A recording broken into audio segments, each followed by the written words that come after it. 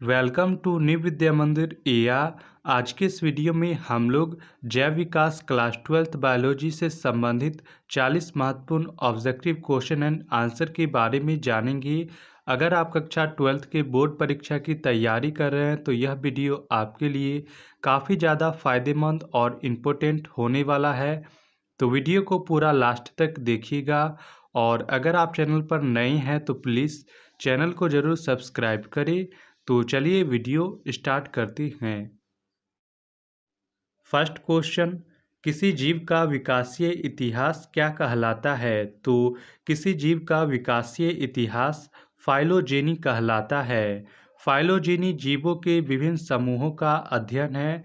यह किसी जीव के पूरे परिवार या प्रजातियों का अध्ययन है ताकि इसके पूर्व इतिहास को बेहतर ढंग से समझा जा सके। सेकेंड क्वेश्चन, इनमें से कौन मनुष्यों में पाए जाने वाले अवशेषी अंग है? तो इनमें से सभी यानी कि उदर पेशियाँ, खोपड़ी की पेशियाँ और कर्ण पेशियाँ, इनमें से सभी मनुष्य में पाए जाने वाले अवशेषी अंग हैं। नेक्स्ट क्वेश्चन, आबादी का प्रसरण किस पर निर्भर करता है? तो आबादी का प्रसरण स्थानांतरण पर, आगमन पर और बहिर्गमन पर, यानी कि इनमें से सभी पर आबादी का प्रसरण निर्भर करता है। नेक्स्ट, निम्नलिखित में कौन संयोजनकारी है? तो इनमें से सभी यानी कि पेरीपेटस, प्रोटोपटेरस और एकिडना, उपयुक्त सभी संयोजककारी है। नेक्स्ट क्वेश्चन, प्राकृतिक चुनाव का प्रवर्तक कौन है? तो प्राकृतिक चुनाव का प्रवर्तक डार्विन है। डार्विन, इनका पूरा नाम चार्ल्स रॉबर्ट डार्विन है। इनका जन्म 12 फरवरी 1809 में इंग्लैंड में हुआ था।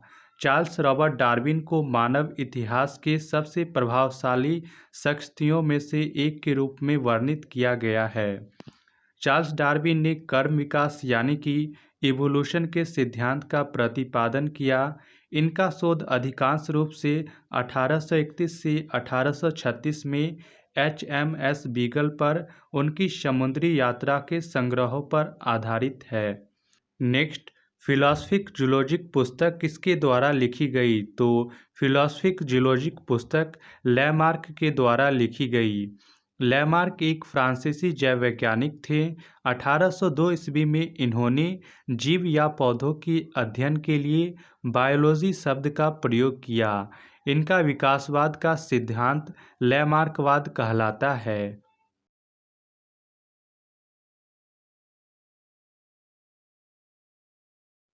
नेक्स्ट क्वेश्चन, डायनासोर किस दौरान उपस्थित थे? तो डायनासोर मेसोजोइक युग के दौरान उपस्थित थे।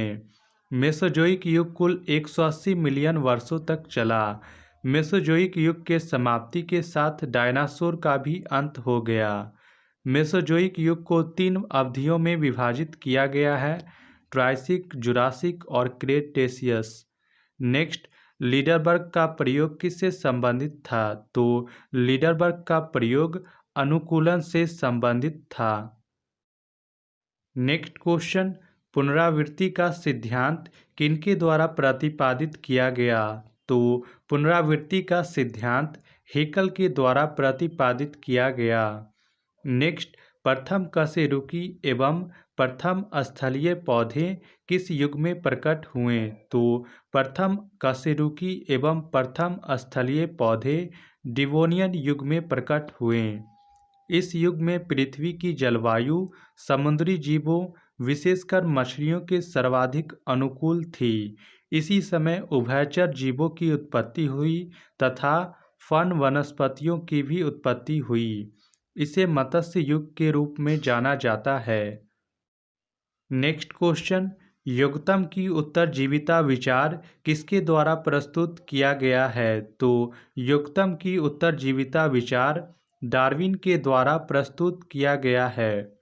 डार्विन के अनुसार किसी भी प्रजाति की उत्तरजीविता एवं विकास के लिए उसके सदस्यों के बीच आपसी निर्भरता एवं सहयोग की आवश्यकता होती है। नेक्स्ट, आनुवांशिक अपवाहन किसकी जीन तीव्रता में परिवर्तन लाता है? तो आनुवांशिक अपवाहन अगली पीढ़ी की जीन तीव्रता में परिवर्तन लाता है। नेक्स्ट क्वेश्चन, निम्नलिखित में किसमें उच्चतम कपाल क्षमता पाई जाती है? तो इनमें से पेंगिन मानव में उच्चतम कपाल क्षमता पाई जाती है। पेंगिन मानव, यह जावा मानव से कुछ अधिक विकसित था। यह आग जलाना भी जानते थे। नेक्स्ट, किसी जीव के विकासीय इतिहास को क्या कहते हैं? तो किसी जीव के विकासीय इतिहास को जातिवृत्त कहते हैं। नेक्स्ट क्वेश्चन, डार्विन किस जहाज पर भ्रमण किए थे? तो डार्विन 1831 से 1836 तक HMS बीगल जहाज पर प्राकृतिक विज्ञान पर शोध के लिए भ्रमण किए थे। नेक्स्ट, निम्नलिखित में कौन विकास की विलुप्त करी है? तो इनमें से आर्कियोप्टेरिक्स विकास की विलुप्त करी है। आर्कियोप्टेरिक्स या अधपक्षी पहला ज्ञात पक्षी है। इसकी उत्पत्ति जुरासिक काल में करोड़ों वर्ष पहले हुई थी। यह सरीसृप एवं पक्षी वर्ग के बीच का करी है।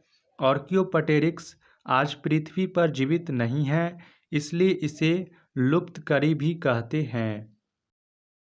नेक्स्ट क्वेश्चन, पृथ्वी पर जीवन की उत्पत्ति से संबंधित पुस्तक किसके द्वारा लिखी गई थी? तो पृथ्वी पर जीवन की उत्पत्ति से संबंधित पुस्तक ऑपेरिन के द्वारा लिखी गई थी। ऑपेरिन ने 1924 में जीवन की उत्पत्ति नाम से निर्जीव पदार्थों से जीवन की उत्पत्ति का सर्वप्रथम सिद्धांत प्रतिपादित किया था।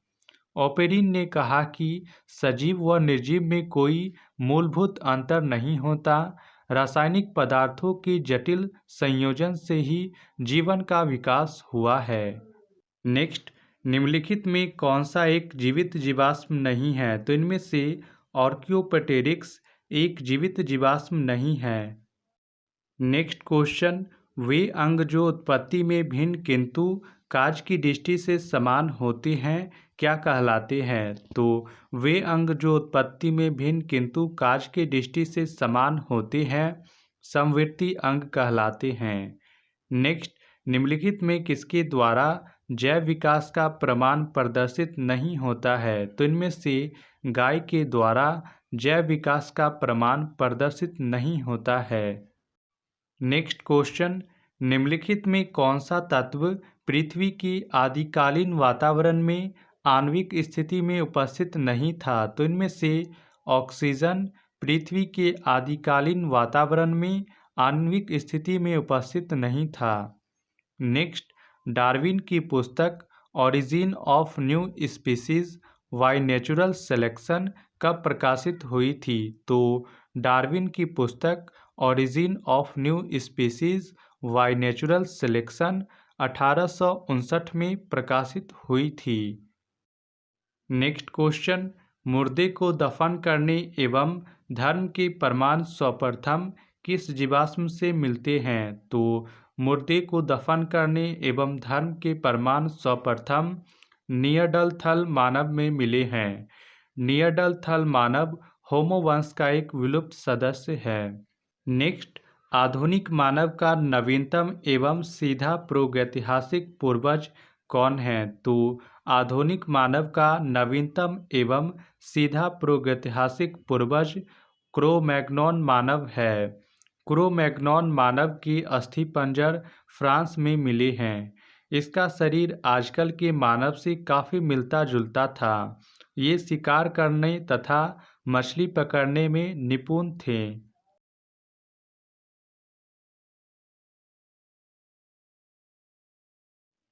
नेक्स्ट क्वेश्चन, कौन सी एक परिघटना जैव विकास में प्राकृतिक चयन का डार्विन की धारणा को सहयोग देती है? तो इनमें से कीटों में कीटनाशक प्रतिरोधकता उत्पन्न होना जैव विकास में प्राकृतिक चयन का डार्विन की धारणा को सहयोग देती है। नेक्स्ट, जीवन की रासायनिक उत्पत्ति का सिद्धांत किसके द्वारा बतलाया गया? तो जीवन की रासायनिक उत्पत्ति का सिद्धांत ऑपेरिन एवं हेल्डेन द्वारा बतलाया गया।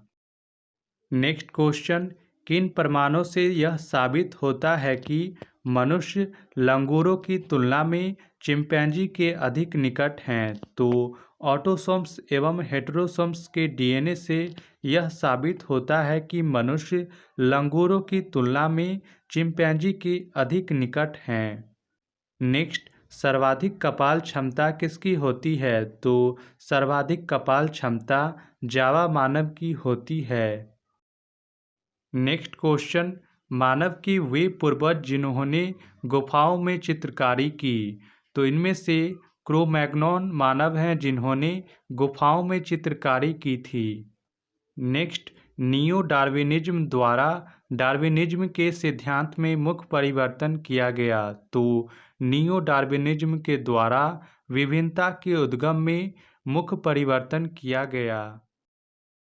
नेक्स्ट क्वेश्चन, निम्नलिखित में कार्बनिक विकास का महत्वपूर्ण प्रमाण मिलता है? तो इनमें से समजात एवं अवशेषी अंगों से कार्बनिक विकास का महत्वपूर्ण प्रमाण मिलता है। नेक्स्ट, कीट एवं पक्षी के पंख दिखाते हैं? तो कीट एवं पक्षी के पंख अभिसारी उद्विकास को दिखाते हैं। नेक्स्ट क्वेश्चन, मानव पूर्वजों में मस्तिष्क का आकार 1000 सीसी से ज़्यादा किसका था? तो मानव पूर्वजों में मस्तिष्क का आकार 1000 सीसी से ज़्यादा होमो निएंडरथैलेसिस का था।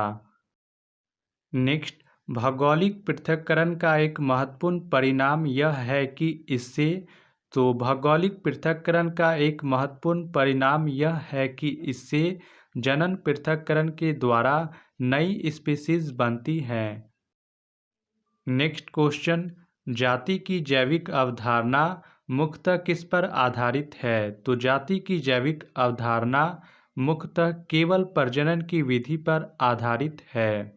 नेक्स्ट, उत्परिवर्तन अधिक प्रदर्शित होता है जब यह उपस्थित होता है। तो उत्परिवर्तन अधिक प्रदर्शित होता है जब यह प्रभावी अवस्था में उपस्थित होता है। नेक्स्ट क्वेश्चन, पूर्वजों से आधुनिक मनुष्य के उद्विकास में सर्वाधिक महत्वपूर्ण प्रवृत्ति क्या थी? तो पूर्वजों से आधुनिक मनुष्य होमो सेपियंस के उद्विकास में सर्वाधिक महत्वपूर्ण प्रवृत्ति थी मस्तिष्क क्षमता में वृद्धि। नेक्स्ट, निम्नलिखित में किस समूह में केवल संवृत्ति अंक सम्मिलित हैं? तो इनमें से तितली के पंख तथा चमगादड़ एवं पक्षियों के पक्ष विस्तार में केवल संवृत्ति अंग हैं। नेक्स्ट, निम्नलिखित में किस समूह में केवल समजात अंग सम्मिलित हैं? तो इनमें से व्हेल के चंबू, घोड़े के अग्रपाद और मनुष्य के हाथ। इस समूह में केवल समजात अंग सम्मिलित हैं। ये रहा आज का लास्ट क्वेश्चन। ये क्वेश्चन आपके लिए है। इसका आंसर आप ज़रूर कमेंट बॉक्स में लिखिएगा और यदि आपको वीडियो अच्छी लगी हो तो प्लीज़ वीडियो को ज़रूर लाइक करें और शेयर भी करें। और यदि आपने अभी तक इस चैनल को सब्सक्राइब नहीं किए हैं तो प्लीज़ चैनल को ज़रूर सब्सक्राइब करें ताकि आपको आगे भी इसी तरह की वीडियोज़ मिलती रहेगी।